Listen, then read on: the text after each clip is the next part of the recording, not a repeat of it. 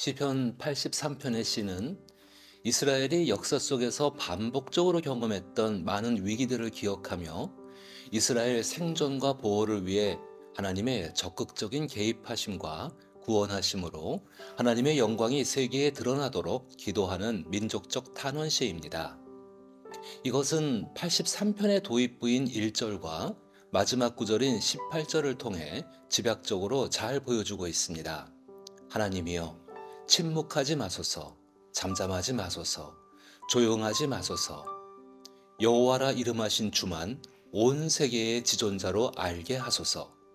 그리고 이 기도는 너무도 익숙하게 우리 이스라엘은 하나님께서 특별하게 택한 백성이기 때문이라는 명분을 가지고 하나님의 적극적 개입을 요구합니다.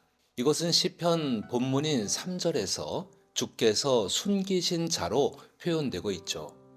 이 성경 속의 이스라엘뿐만 아니라 오늘날 우리 현대 그리스도인들도 선택받은 백성이라는 표현을 참 많이 사용합니다. 그렇기 때문에 우리는 이 표현에 대해 한 번쯤은 진지하게 고민해 볼 수 있어야 한다고 생각합니다. 선택받은 백성이라는 말이 주는 힘은 때로는 굉장히 자기애적이고 편향적이며 폭력적인 힘으로 작용할 수 있는 위험이 있는 표현이기 때문입니다. 이스라엘이 하나님과의 언약적 관계 안에서 사용하는 선택받은 백성이라는 관계적 언어를 오늘날 우리는 어떻게 받아들이고 생각해 봐야 할지 같이 고민할 수 있는 시간이 되길 바라며 시편 83편의 시를 새로운 관점을 가지고 한번 묵상해 봅니다.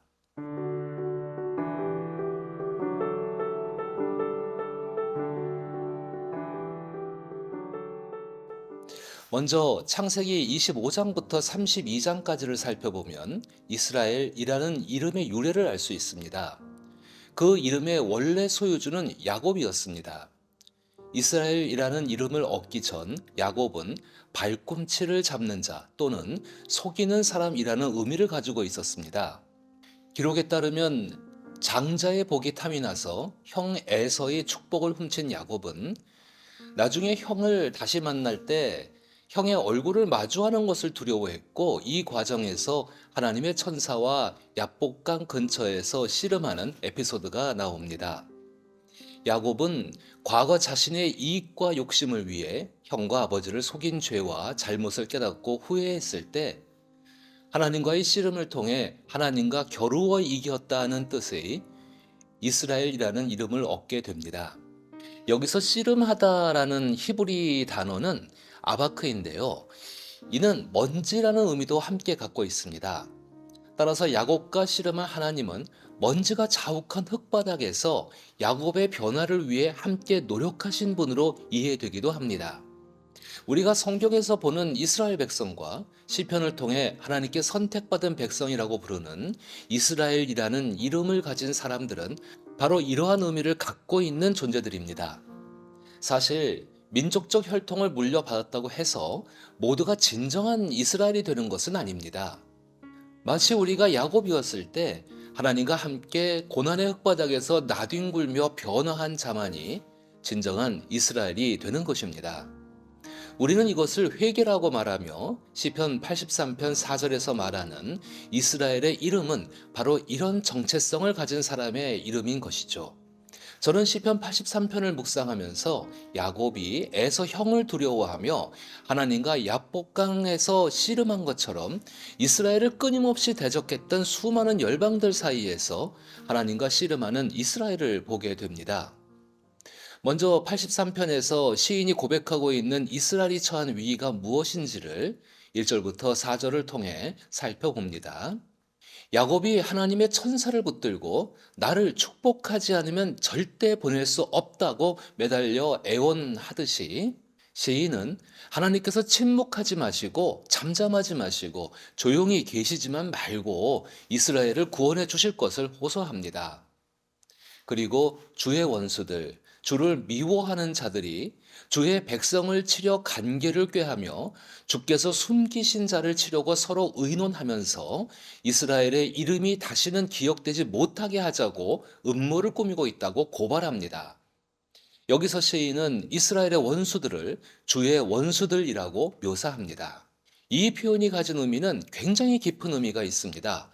즉, 이스라엘이라는 선택받은 백성을 공격하는 것이 곧 하나님을 공격하는 것이다라는 매우 맹목적인 사상처럼 보일 위험성도 있지만, 사실 이스라엘이라는 단어와 하나님의 백성이라는 단어에 담긴 의미는 하나님의 뜻과 일치된 변화된 사람들을 의미한다는 것을 생각해 본다면, 하나님과 자신을 동일시할 수 있을 정도의 신앙적 수준을 가진 자들이 말할 수 있는 것임을 알게 됩니다.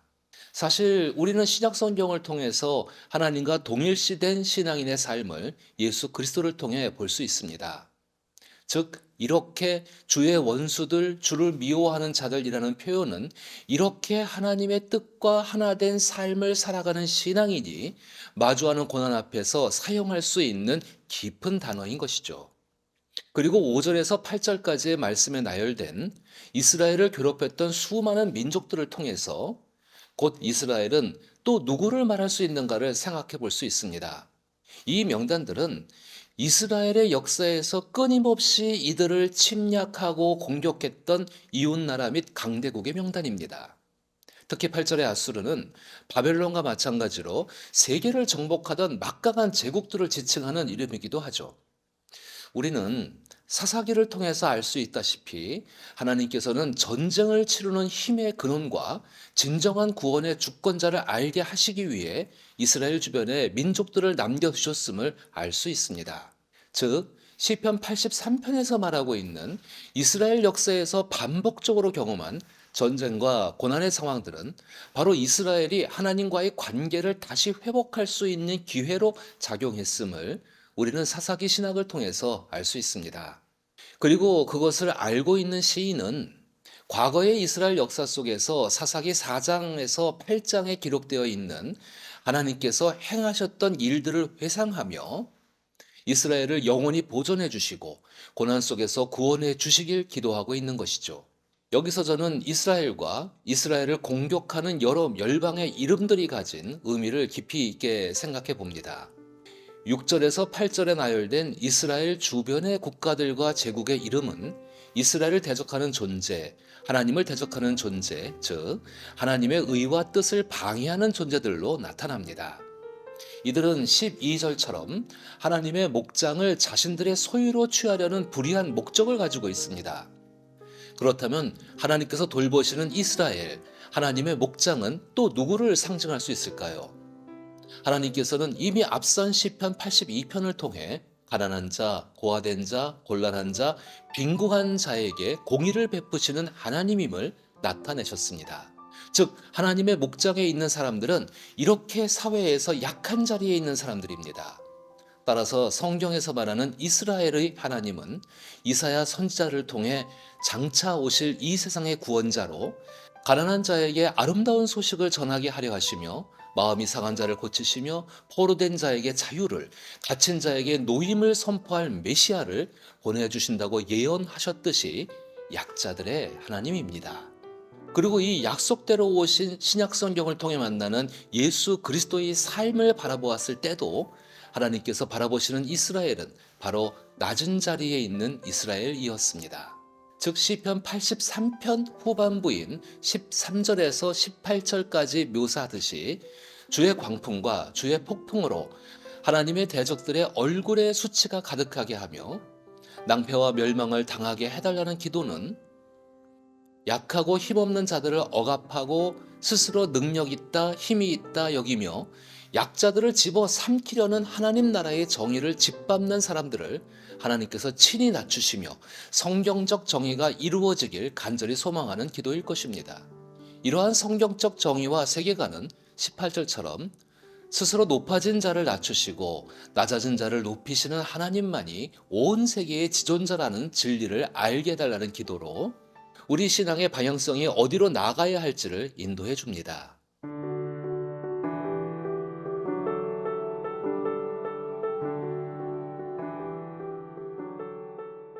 하나님과 싸워 이기다의 이름을 가진 이스라엘의 또 다른 뜻은 애쓰다, 인내하다, 노력하다의 의미입니다. 야곱이 노력한 것은 무엇이었을까요? 자신이 곧 죽을 것 같다는 두려움 속에서 하나님과 씨름했던 노력이었습니다. 그리고 결국 하나님께서 약속을 주실 때까지 인내하며 그 씨름을 이어갔습니다. 이것이 곧 이스라엘이라는 이름이 가진 힘입니다. 시편 1편과 시편 전체를 아우르고 있는 고난에 처한 의로운 신앙인들은 바로 이렇게 야곱이 이스라엘이 되었듯이 자신의 삶을 돌아보며 하나님의 의와 뜻을 구하며 변화된 삶을 살아가는 순례자의 길을 걷는 신앙인들입니다. 그리고 시편은 이러한 순례자들의 삶을 살아가는 사람들이 고난에 처했을 때 하나님께서는 끝내 우리의 부르짖음을 들으시고 우리와 한 약속을 기억하셔서 반드시 회복시키시며 구원하신다는 메시지를 반복적으로 전하고 있습니다. 이러한 기도는 이들이 하나님과의 관계성, 즉 우리는 언약적 백성이라는 정체성에 대한 믿음과 신뢰를 바탕으로 하는 기도입니다. 그러나 시인은 아직 최고의 영광스러운 상황을 경험하지 못했습니다. 그것은 하나님 말씀을 순종하고 전쟁이라는 극한의 상황에서 자기를 희생하며 순종하는 사람들을 위해 하나님께서 준비하신 미래입니다. 이러한 시점으로 본다면 본문의 시인은 현재의 순종과 그로 인한 하나님의 예비하신 것 중간에 서 있는 사람인 것이죠. 우리가 신앙생활을 하면서 진짜로 하나님을 신뢰한다는 것은 무엇일까요? 시편 83편은 하나님의 말씀을 듣고 하나님 말씀이 이루어짐을 믿고 자기를 희생하는 삶에 뛰어든 그 사람에게 하나님의 인격으로 채워짐을 말합니다. 자기의 노력과 의지로 신뢰하는 것이 아니라 하나님의 말씀 앞에서 씨름하며 자신에 대한 세상에 대한 느낌이 변화되는 것입니다. 그리고 그 느낌은 자기 삶의 거룩한 열정이 됩니다. 우리는 하나님의 인격 속에 살고 있습니다.